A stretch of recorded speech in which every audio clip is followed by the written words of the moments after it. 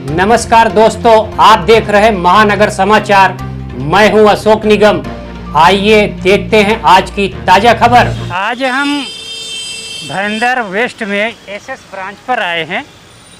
कल एसपी सदानंद दाते के नेतृत्व में यहां के वरिष्ठ पुलिस निरीक्षक संपतराव पाटिल ने विदिशा शांति निकेतन सोसाइटी में एक सेक्स रैकेट का पर्दाफाश करके 3 लोगों को गिरफ्तार किया है और 2 महिलाओं को मुक्त कराया है। ये संपतराव के सेक्स रैकेट पर ये छापे सोसाइटी वालों को भौचक्का कर दिया कि कैसे ही सोसाइटी के कमेटी के नाक के नीचे ये सेक्स रैकेट चलाया जा रहा था और फिर भी उनको जाने अनजाने जानकारी नहीं थी। लेकिन जैसे ही कुशल नेतृत्व में संपतराव पाटिल की टीम ने जब सेक्स रैकेट को गिरफ्तार किया तब वहाँ के लोगों को पता चला। आइए विदिशा शांति निकेतन सोसाइटी के लोगों से जानते हैं कि पूरी मामला क्या है। आप देख रहे हैं महानगर समाचार और मैं हूं अशोक निगम। इस समय मैं मीरा रोड ईस्ट के विदिशा शांति निकेतन कॉम्प्लेक्स में आया हूं। ये जो कॉम्प्लेक्स आप देख रहे हैं, इसी कॉम्प्लेक्स के 603 और 703 में एक डुप्लेक्स था, जिसमें एक बोगस डॉक्टर जो हड्डी का विशेषज्ञ बताता था और एक फिल्म का डायरेक्टर जो लड़कियों को ब्रेक देने के बहाने उनका शारीरिक शोषण कस्टमरों के द्वारा करवाता था, फिर बाद में खुद शारीरिक शोषण करता था। ऐसी जानकारी जब कल यहाँ के पुलिस ने रेड मारकर उस व्यक्ति को गिरफ्तार किया, तब इस सोसाइटी वालों के जो नींद में सोए थे उनकी आंखें खुली कि ये यहीं पर ऐसा कांड काफ़ी अरसे से लोगों का कहना है कि चल रहा था, लेकिन पता चला कल गिरफ्तारी की बात।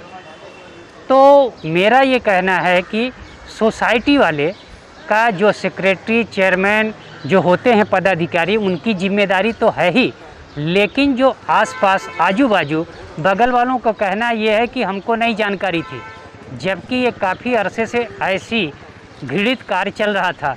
तो उनको जानकारी होनी चाहिए, जागरूक होना चाहिए।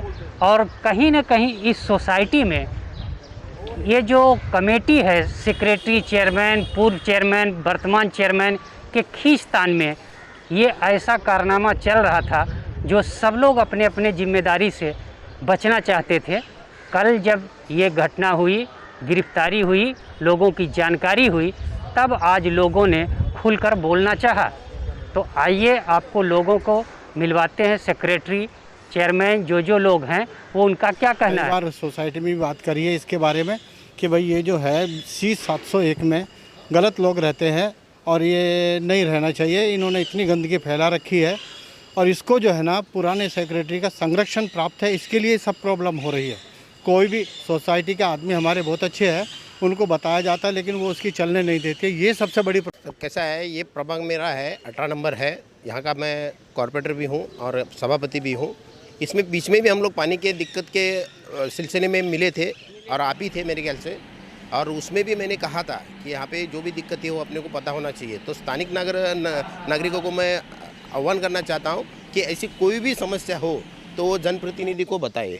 और ये अपने ही प्रभाग में नहीं बल्कि मीरा भाईंदर में जितने भी प्रभाग है, जो भी है, ऐसे कहीं कृत्य घटते हैं, वातावरण खराब होता है, तो स्थानिक नागरिक के नाते आपको अपने अपने जनप्रतिनिधि को सबको बताना जरूरी है। दूसरी बात, अभी जो ये हुआ है कल का रैकेट, तो उसको पुलिस हमको पहले ही पता चला था कि ऐसा होता है, लेकिन रंगे हाथ जो पुलिस वाले ने पकड़ा है, तो पुलिस वाले का प्रशासन का मैं धन्यवाद देना चाहता हूं उनको, और अच्छे काम कर रहे हैं। और मेरा भाईंदर में ऐसे पुलिस प्रशासन जागरूक है और ऐसे ही होना चाहिए। और जो भी है नागरिक, उनको इसके बारे में वापस कभी किसी के घर में ऐसी कृत्य ना घड़े, इसके लिए आजू बाजू के नागरिक सतर्क रहे और ऐसी इंफॉर्मेशन बार बार मीडिया को, अपने कॉर्पोरेटर को देते रहे। सर, मैं सबको बता रखा हूँ, मैं आने जाने वाले को रोकता था, वो खुद आते थे, बोलते थे मैं छोट मोट का काम करता हूँ। ये पेशेंट आते हैं मेरे यहाँ, लेडीज़ जेंट्स बूढ़े बच्चे सब आते थे। कई बार तो खुद आके लेके गए साथ में, मैं रोकता था तो ऑब्जेक्शन उठाते थे। कई लोगों को मैंने रोका, फ्लैट ओनर आके मेरे साथ कई बार झगड़ा किए। आपने सोसाइटी के सेक्रेटरी चेयरमैन को क्यों नहीं बोला? सबको बोला हूँ सर, सबको बोल चुका हूँ मैं। लास्ट में उन लोगों ने ये बोला कि आके झगड़ा करते तुम मगजमारी मत करो। पुलिस को क्यों आने नहीं जाने इन्फॉर्म वाले किया? पुलिस को इन्फॉर्म करना सोसाइटी वाले का काम है, मेरा काम तो है नहीं। मेरा ये मैसेज है कि मुझे आज ही पता चला है चीज़ कि मेरी सोसाइटी में ऐसे न्यूसेंस हो रहे हैं, ठीक है। मेरा ये मैसेज देना है कि यहाँ पे बहुत सारे लोग ऐसे हैं जिनको ये चीज़ पहले से मालूम थी, ठीक है। कुछ लोगों ने सोसाइटी के समक्ष अपनी बात रखी, लेकिन कुछ ऐसे लोग थे जो उन्हीं के साथ उठने बैठने वाले लोग थे, जो इसी क्राइम में इक्वली उनको सम्मिलित माना जाना चाहिए।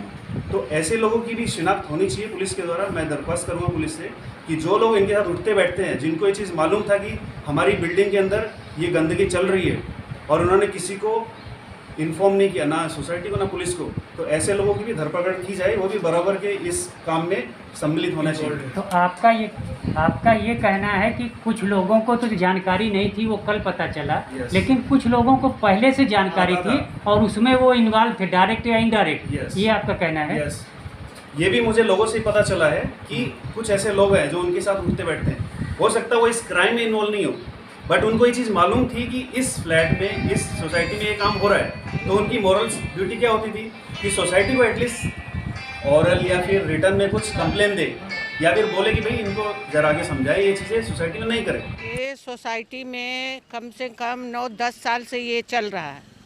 सोसाइटी वाले को पूरा मालूम है कि इस रूम में ये चलता है। उसमें सोसाइटी में जो एक लेडी थी, उसने बताया कि मैंने अपने सबके सामने बोला कि फलाने रूम में ऐसा ऐसा चल रहा है, लेकिन उसको आवाज़ को दबा दिया गया।